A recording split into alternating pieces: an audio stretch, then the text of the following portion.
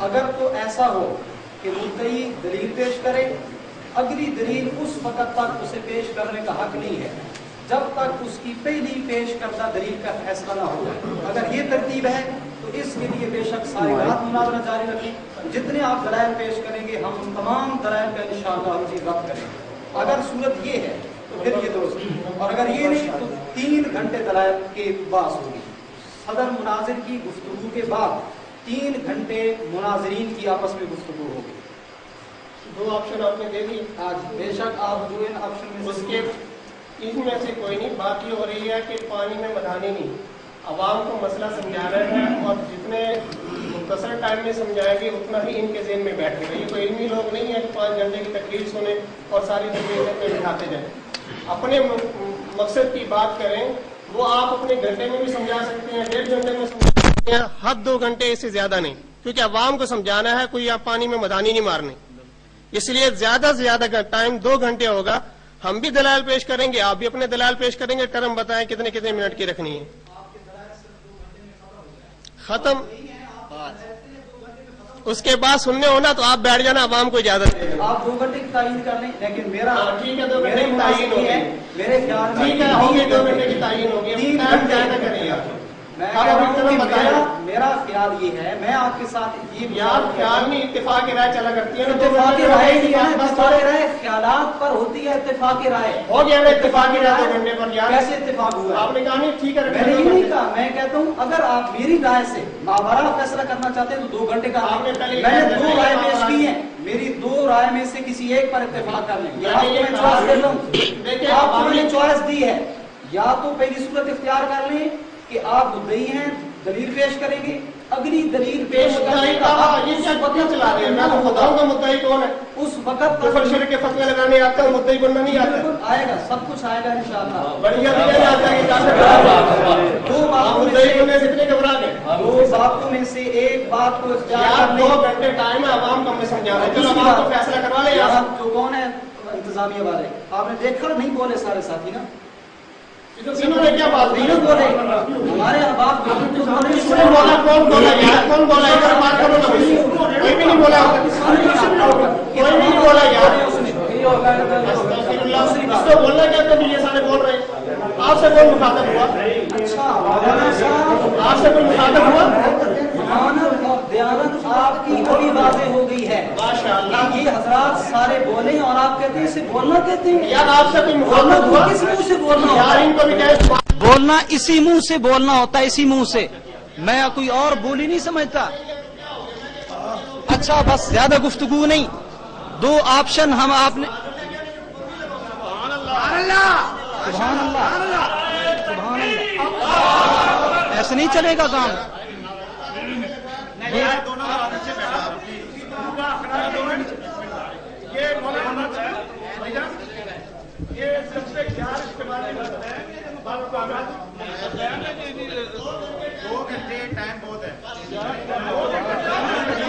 ہمارے 2 آپشن میں سے محترم انتظامیہ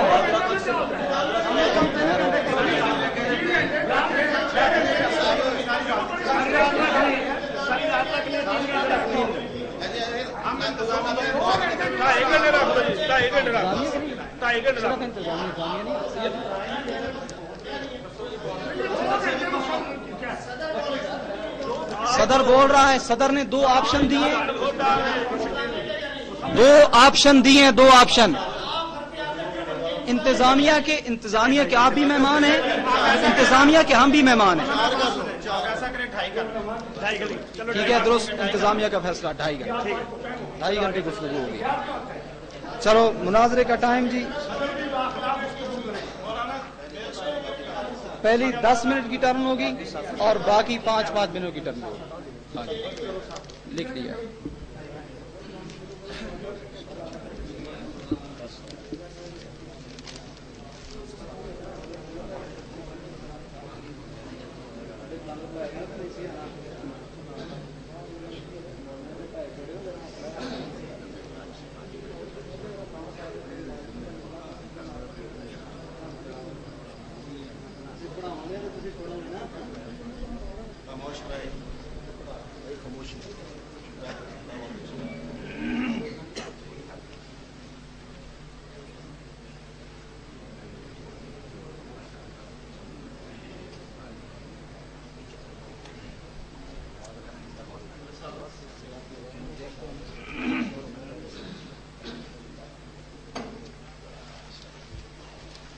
مکمل ہو گیا ہے، دلائل کے متعلق اپنی شرط پیش کریں۔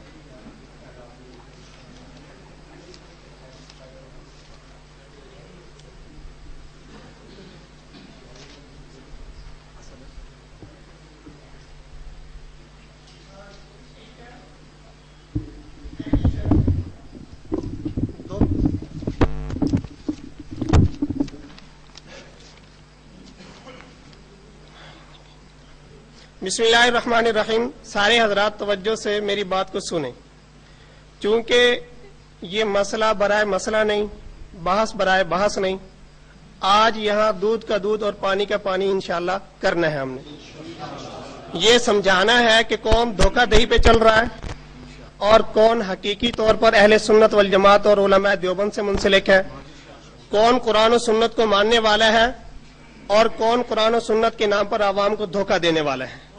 اس لیے سب سے پہلی جو شرط میں بیان کر رہا ہوں، ظاہر ہے کہ اس میں کسی کو اختلاف نہیں ہونا چاہیے، اگر ہوگا تو پھر یقیناً اندر چلے وہ بات کی بات۔ تو پہلی شرط جو میں بیان کر رہا ہوں وہ یہ کہ ہر فریق اپنی نسبت اسی جماعت کی طرف کرے گا جس جماعت کے موافق اس کا عقیدہ ہوگا۔ اگر ایک آدمی کا عقیدہ اہل سنت والجماعت والا نہیں ہے تو اس کو اہل سنت والجماعت کہنے کی اجازت نہیں ہوگی۔ اگر وہ اپنے آپ کو اہل سنت والجماعت کہے گا تو اپنا عقیدہ اہل سنت والجماعت کی مسلمہ کتابوں سے دکھانا ہوگا۔ اگر ایک فریق علماء دیوبند کے نظریات کو تسلیم نہیں کرتا، اسے آج دیوبندی کہنے کی اجازت نہیں ہوگی۔ اگر وہ اپنے آپ کو دیوبندی کہے گا، اگر وہ اپنے آپ کو دیوبندی کہے گا تو علماء دیوبند کی مسلمہ کتابوں سے اپنا عقیدہ دکھانا ہوگا کہ جو میرا عقیدہ ہے وہ علماء دیوبند کا عقیدہ ہے۔ سب سے پہلی شرط میری نسبت پہ ہے کہ آج یہ نسبت بھی انشاءاللہ واضح ہونی چاہیے کہ کون نسبت کر کے عوام کو دھوکہ دیتا ہے اور کون صحیح نسبت اپنی کرتا ہے علماء اہل سنت والجماعت کی طرف اور علماء دیوبند کی طرف۔ جی صدر مناظر صاحب، میری یہ شرط قبول ہے؟ فرمائیں۔ نہیں، ایک ایک شرط صاف ہوگی، فرمائیں۔ جی مائک کریں ادھر۔